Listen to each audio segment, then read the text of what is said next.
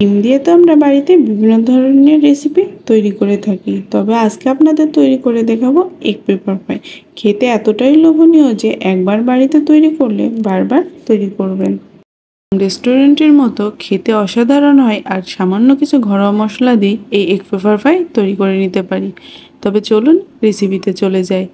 এই জন্য আমি এখানে 3টা মুরগির ডিম সিদ্ধ করে নিচ্ছি। আপনারা চাইলে এখানে হাঁসের ডিমও ব্যবহার করতে পারেন। ডিমগুলো সিদ্ধ করে আমি মাঝখান বরাবর কেটে নিয়েছি। এখন দিয়ে নিলাম হাফ চামচ ব্ল্যাক পেপার বা কালো গোলমরিচ গুঁড়ো, আর দিয়ে নিয়েছি হাফ চামচ লবণ।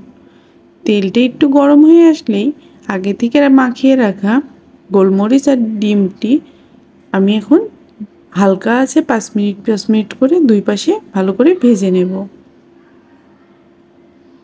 অবশ্যই তেলে দেওয়ার সময় ডিমের যে কাটা অংশ সেটি নিচে দিয়ে দিতে হবে, এতে করে ডিমটার থেকে কুসুমটা খুলে আসবে না।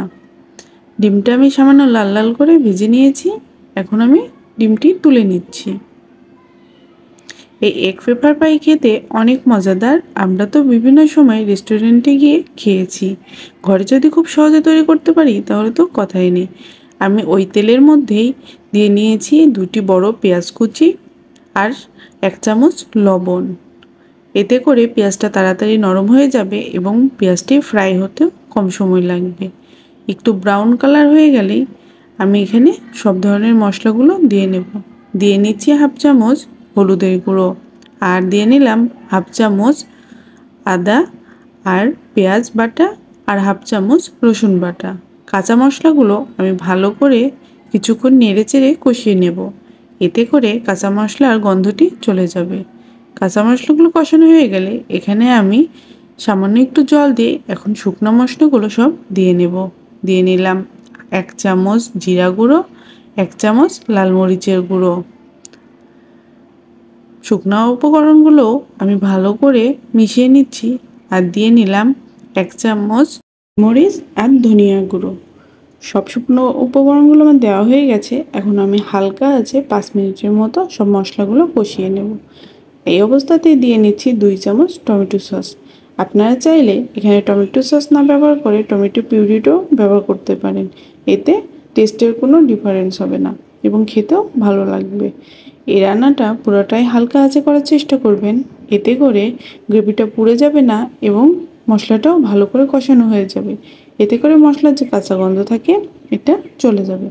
মশলার থেকে আমার তেল ছেড়ে দিয়েছে। এখন আমি এখানে 1 কাপের মতো গরম জল ব্যবহার করলাম। এখানে আমি উষ্ণ গরম জল ব্যবহার করেছি, এতে করে আপনি যে তরকারিটা রান্না করবেন বা গ্রেভিটা তৈরি করবেন এটির কালার ঠিক থাকে। আপনারা সবসময় চেষ্টা করবেন রান্নার সময় একটু গরম জল ব্যবহার করা। গ্রেভিটা একটু ফুটে উঠলেই আমি আগে থেকে ভেজে রাখা ডিমগুলো দিয়ে নিচ্ছি। এতে করে ডিমের মধ্যে মশলাগুলো ভালো করে প্রবেশ করবে।